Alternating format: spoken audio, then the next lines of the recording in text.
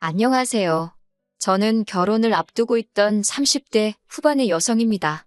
원래는 결혼 생각이 없었는데 뒤늦게 남편을 만나 결혼을 계획하게 되었어요.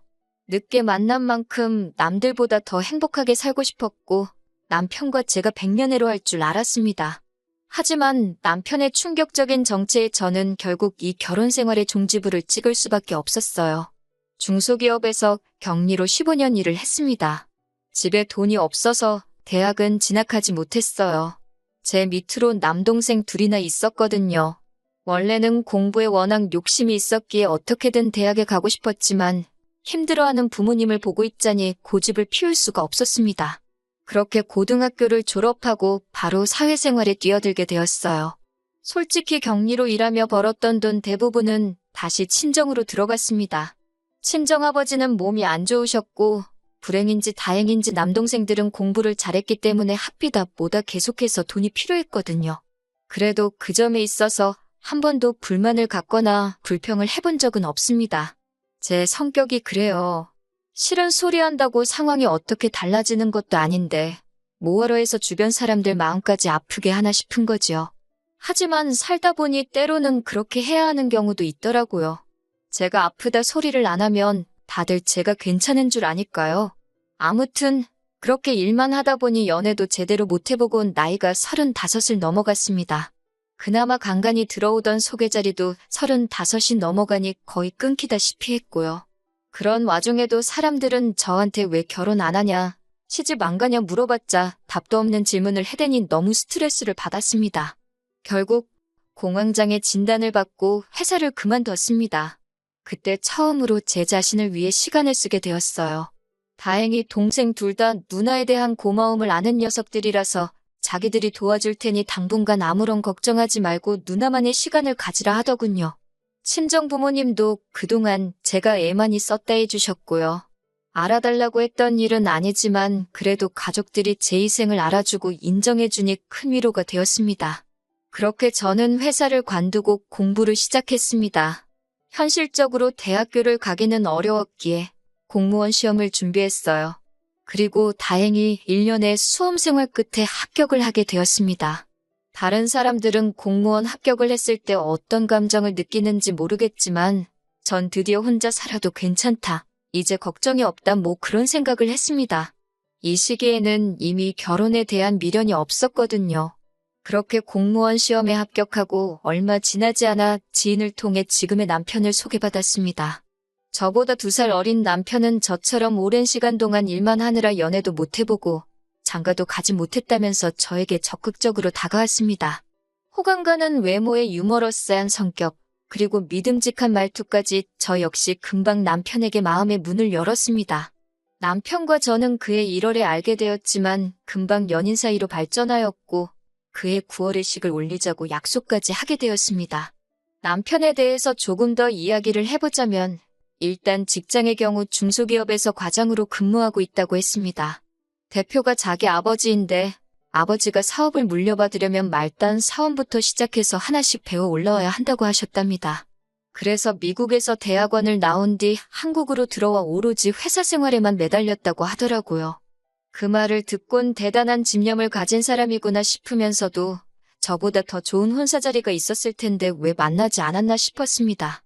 제 말을 들은 남편은 자기는 그런 정략적인 결혼은 싫더랍니다. 자기의 조건과 상관없이 자기를 사랑해줄 여자를 찾았다면서 그게 바로 저라는 거예요. 제 기분 좋으라고 한 말인가 싶기도 했지만 계속 뭔가 꿍꿍이가 있다고 의심하는 것도 웃기잖아요. 어리석고 순진하게도 그 말을 믿었습니다. 하지만 만나면 만날수록 남편의 말에는 묘하게 맞지 않는 부분들이 있었습니다. 저 역시 직장 생활을 오래 했기 때문에 사내 문화라던가 업무 처리 방식 등에 대해서는 익숙한 편이잖아요. 그런데 남편은 주인과 대리 중 무엇이 먼저인지도 헷갈려하길 여러 차례였어요. 직장인으로서 호칭, 직함은 기본 중에 기본인데 말이지요.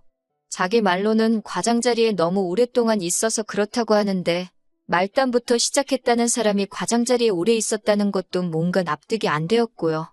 회사 내 용어에 대해서도 모르는 것 투성이었어요. 처음에는 단순히 실수였겠지라고 생각했지만 그런 일이 짧은 기간 동안 몇 번이고 반복되니 저로서는 정말 직장 생활을 하는 게 맞나 싶었고 결국 남편에게 당신이 일하는 회사에 가보고 싶다고 물어보게 되었습니다.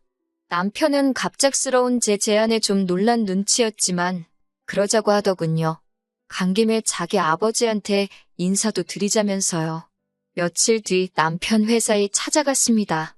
도착하면 전화하라더니 전화를 아무리 해도 받지를 않더라고요. 결국 직원으로 보이는 사람에게 남편 이름을 말하며 여기서 일한다고 들었는데 오늘 안 나왔냐고 물었어요. 그러자 여기서 일하는 건 맞지만 출근 여부는 말해줄 수 없다며 직접 연락해보라고 하더라고요. 연락은 닿지 않지. 아무도 말은 안 해주지. 속상했지만 말해줄 수 없다는 직원의 말도 일리가 있었기 때문에 집으로 돌아가 남편으로부터 연락이 올 때까지 기다렸습니다. 그리고 늦은 밤이 되어서야 연락이 왔어요. 교통사고가 나는 바람에 병원에 있었다고 하더라고요. 너무 놀란 제가 당장이라도 찾아가겠다고 했지만 걱정시키고 싶지 않다면서 며칠 뒤에 만나자고 하더라고요. 아픈 사람한테 제 고집을 밀어붙일 수는 없는 노릇이었으니 기다릴 수밖에 없었습니다. 그리고 적어도 남편이 그 회사에서 근무를 한다는 사실은 확인이 되었으니 그것만으로도 다행이다 싶었지요. 조금씩 남편에 대한 믿음이 다시 회복되어 가고 있었습니다. 둘이 9월에 결혼하자고 약속은 한 상태였기에 6월에 양가어른을 모시고 상견례를 진행했어요. 원래는 좀 더 일찍 하려고 했었는데 시부모님께서 여행을 다녀오신다고 하여 좀 늦어지게 되었지요. 여행 중 제가 생각나서 샀다며 시어머니께서 귀걸이 한 쌍을 주셨습니다. 그 정도로 다정한 분이셨어요. 시아버지 또한 저에게 혼수며 예단이며 바라는 것은 없으니 몸만 오면 된다고 말씀해 주셨고요. 저희 부모님은 딸이 결혼도 못하고 평생 혼자 살까봐 걱정이 크셨는데 뒤늦게나마 좋은 집에 시집가게 되었다고 무척 기뻐하셨습니다. 저 또한 기다린 자에게 복이 있다더니 내 인생이 그런 건가 싶었고요. 상견례까지 무사히 마치고 나니 정말 제가 결혼한다는 사실이 현실로 느껴졌습니다. 백마탄 왕자를 기다리며 세월을 보낸 것은 아니었지만 저에겐 남편이 말 그대로 백마탄 왕자나 다름없었지요.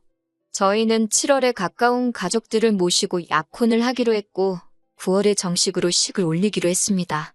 부끄러운 말이지만 늦은 나이에도 불구하고 남편은 아이를 무척 갖고 싶어 했어요. 저는 제 나이 때문에 마음을 접은 상태였고요. 하지만 계속해서 남편이 조금이라도 희망이 있을 때 같이 노력해주면 안 되겠냐고 물어왔고 차마 외면할 수가 없었습니다. 저도 애시당초 아이가 싫어서라기보다는 제 나이 때문에 조심스러웠던 거니까요. 그러다 상견례까지 마치고 청첩장까지 찍어낸 이후로는 남편의 말에 따르기로 결정을 내렸습니다. 결혼을 계획 중이었으니 허락하지 않을 이유가 없다고 생각했어요. 그만큼 저는 우리 둘의 미래에 대해 확신이 있었습니다. 그리고 바로 저희 약혼식 날, 결혼식을 2달 정도 앞두었던 시점, 저는 남편에게 제 모든 것을 주었습니다. 지금 돌이켜보면 너무나 어리석은 선택이었기에 후회스러울 뿐이에요. 저희 가족과 시부모님, 그리고 각자의 가장 친한 친구까지 총 10명 정도의 사람이 모여 심플하게 약혼식을 치렀습니다. 남동생 둘은 요즘 세상에 약혼식까지 하는 집이 어디 있냐며 특이하다고 했어요. 저도 처음 약혼식 이야기가 나왔을 때 과하다는 생각을 잠시 하긴 했었기 때문에 동생들 의견에 어느 정도 동의를 했지요. 하지만 예비 시부모님께서 약혼식을 한다는 건 그만큼 이 결혼에 서로 진지한 마음이라는 걸 보여주는 절차라며 절대 생략할 수 없다 하셨거든요. 그리고 곧이어 신혼집도 사줄 거라며 대신 하루빨리 혼인신고를 했으면 좋겠다고 하셨습니다. 지금 생각해보면 예비 시부모님이 그렇게 서두는 데는 다 이유가 있었을 것이니 의심을 해볼 법도 했었는데 그때는 뭐에 콩깍지가 씌었는지 그저 저희 둘의 행복을 바라셔서 적극적으로 도와주시는 거라고만 믿었습니다. 혼인신고만 하면 집도 저희 둘 공동 명의로 사줄 거라며 재촉을 하셨고 그렇게 저희는 결혼식을 1달 정도 앞두고 혼인신고까지 하게 되었어요. 약속대로 예비 시부모님께서는 서울에 있는 아파트를 마련해 주셨습니다. 하지만 공동 명의로 해주시겠다던 집은 전세였고 말씀하시기를 요즘 회사 사정 때문에 자금이 묶여서 그렇다며 조금만 참으라고 하시더군요. 갑자기 달라진 말씀에 저도 사람인지라 조금 실망스럽기는 했지만 가족이니 그 정도는 이해해야 한다고 생각했어요. 언젠가 남편이 회사를 물려받으면 이 정도의 일은 얼마든지 또 있을 수 있는 거라는 생각도 들었으니까요. 그리고 얼마 지나지 않아 남편이 집에 아이를 한 명 데리고 왔습니다. 사촌 누나의 아들인데 사촌 누나가 요즘 경제적으로 힘들어서 그렇다며 우리가 한두 달만 데리고 있자고 하더라고요. 아이는 8살이었는데 사촌 누나의 아이라서 그런지 남편과도 무척 닮은 느낌이었어요. 문제는 저도 남편도 출근을 해야 했기 때문에 집에 아이를 봐줄 사람이 없었지요. 남편은 이참에 저에게 일을 그만두는 게 어떻겠냐고 물었어요. 어차피 자기가 회사를 물려받으면 사모님 소릴나 들으면서 살면 되는데 뭐하러 고생을 하냐면서요. 하지만 남들이 어떻게 생각하든 저에겐 지금 제 직업이 처음으로 제가 원해서 선택한 길이었기 때문에 쉽게 놓을 수 없었지요. 그래서 그때 처음으로 남편과 시부모님의 말에 싫다고 했습니다. 시아버지는 저에게 실망이라고 하셨고 시어머니도 마음에 들어하지 않으시는 눈치였지만요. 그런 이유로 남편이 낮에는 시어머니께서 아이를 봐주시고 저녁에는 저희가 데려와서 보고 그렇게 되었습니다. 시어머니는 말끝마다 저에게 그렇게 해서 아이랑 정이 들겠냐며 혀를 차셨지만 전 솔직히 왜 이 아이랑 제가 정이 들어야 한다는 건지 납득이 되질 않았어요. 그러다 결혼식을 이틀 앞두고 그 이유를 알게 되었어요. 그날은 제가 평소처럼 출근을 했다 급격히 컨디션이 나빠져서 일찍 집에 오게 되었습니다. 옆자리에 있던 다른 직원이 저에게 혹시 임신한 거 아니냐며 일단 집에 가서 쉬라고 그러더라고요. 저도 그 무렵 제 몸 상태가 의심가는 바가 있었기에 설마 싶어서 불이 나게 집에 오게 되었고요. 집에 다 와갈 때쯤엔 정신이 하나도 없어서 약국에 들리는 것도 깜빡하는 바람에 테스트기를 못 사왔습니다. 일단은 좀 누워서 쉬자 생각하고 안방에 누워 있었어요. 얼마나 누워 있었을까? 현관문 열리는 소리가 나더라고요. 그리고는 곧 남편과 사촌 신우의 애 목소리가 들렸습니다. 그런데 애가 남편에게 아빠라고 부르는 거예요. 처음엔 당연히 제가 아파서 헛걸들었다 생각했어요. 그런데 애가 계속 아빠 아빠하고 부르니까 남편이 아빠라고 부르면 안 된다니까 집에서는 삼촌이라고 불러야지 이러는 거예요. 순간 등골에 소름이 쫙 끼치더라고요. 아빠라니 이게 무슨 소리인가 싶었어요. 제가 방문을 열고 나가 남편에게 물었습니다. 아빠라는데 그게 무슨 소리냐고요? 아무래도 제가 아프기도 했고 예민해진 탓에 목소리가 좀 높게 나갔어요. 그러자 애가 무서웠는지 또다시 아빠 저 아줌마 무섭다며 남편 뒤로 숨더라고요. 아이는 거짓말을 못하잖아요. 직감적으로 알아챌 수밖에 없었습니다. 사촌 신우애가 아니라 남편의 아이라는 것을요. 저는 그 길로 바로 남편의 혼인관계 증명서를 확인하였고 충격적인 사실을 알게 되었습니다. 총각인 줄 알았던 남편은 결혼 생활을 10년이나 했던 이혼남이었어요. 저는 그 사실을 알고선 그 자리에서 쓰러지는 줄 알았습니다. 제가 왜 나를 속였냐고 물으니 남편은 제 앞에 무릎을 꿇고는 아이 엄마가 재혼을 한다며 아이를 데려가라는데 자기는 도저히 혼자 키울 자신이 없었대요. 그런 와중에 저를 알게 되었는데 동생들을 위해서 그토록 오랫동안 헌신했다는 사실을 듣고선 그렇다면 자기 자식도 친자식처럼 키워줄 거란 믿음이 생겼다나요. 그 말을 듣는데 억장이 무너지는 줄 알았습니다. 비로소 제 인생을 되찾았다고 생각했는데 그게 아니었으니까요. 남편은 바로 시부모님에게 연락을 드렸고 한두 시간도 채 되지 않아서 시부모님이 집으로 찾아오셨습니다. 시아버지께서는 이미 혼인신고까지 다 한마당에 어쩌겠냐며 저더러 이렇게 된 이상 마음 독하게 먹고 잘 살라고 하시는 거예요. 아버님께 어떻게 그런 말씀을 하실 수 있으시냐 물으니 내일 모레가 결혼식인데 그럼 얻기라도 할 거냐고 네 나이에 그런 옷 좀 만들어서 좋을 게 있겠냐고 오히려 저를 협박하시더군요. 그 와중에 시어머니는 당신이 미안하다며 이게 아니라는 걸 알면서도 두 남자를 말리지 못했다고 대신 평생 속죄하는 마음으로 저를 대할 테니 그냥 우리 원래 그랬던 것처럼 사이좋게 행복하게 살자 하셨습니다. 솔직히 말하면 화와 분노보다는 그냥 눈앞이 깜깜했습니다. 시아버지 말씀대로 결혼식이 내일 모레인데 혼인신고까지 다 한마당에 제가 무엇을 할 수 있을지 감이 안 오더라고요. 결국 시부모님이 돌아가시고 남편은 잠든 그 새벽에 미친 듯이 인터넷을 뒤졌습니다. 그리고는 혼인신고를 한 지 3개월 전이면 취소가 가능하다는 한 줄기 희망을 발견했어요. 저는 이튿날 아침 바로 변호사를 찾아갔습니다. 변호사는 사기로 인한 혼인신고인 만큼 취소가 가능할 거고 위자료도 받을 수 있을 거라며 저를 위로해 주었습니다. 남편 쪽 변호사는 남편이 저를 너무 사랑해서 사실을 밝히지 못했을 뿐 속이려는 의도는 없었다며 혼인 취소는 불가능하다고 주장했습니다.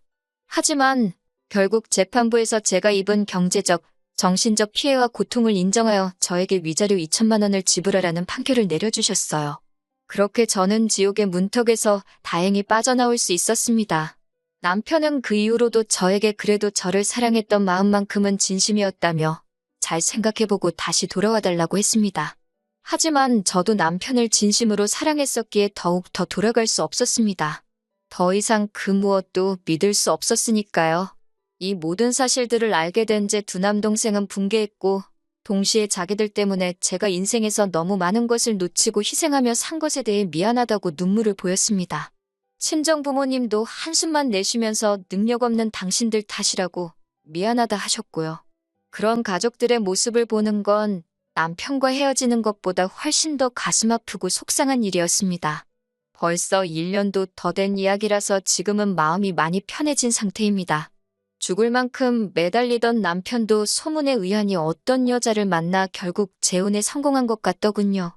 그 여자는 남편의 과거를 알고 있는지 모르겠지만 이제 제가 나설 자리도 아니고 조금도 엮이고 싶지도 않네요. 저는 남편에게 받은 위자료로 대학에 가려고 합니다. 부족한 학비는 동생들이 도와주겠다며 누나가 해보고 싶은 거 더 늦기 전에 실컷 해보라고 응원해 주더라고요. 제 인생에 어쩌면 남편이나 결혼 같은 건 없을지도 모릅니다. 하지만 늦게나마 이렇게 제가 가고 싶던 그 길을 갈 수 있음에 감사한 마음입니다. 욕심내지 않고 작은 것들에 감사하며 살다 보면 또 좋은 날이 오지 않을까요?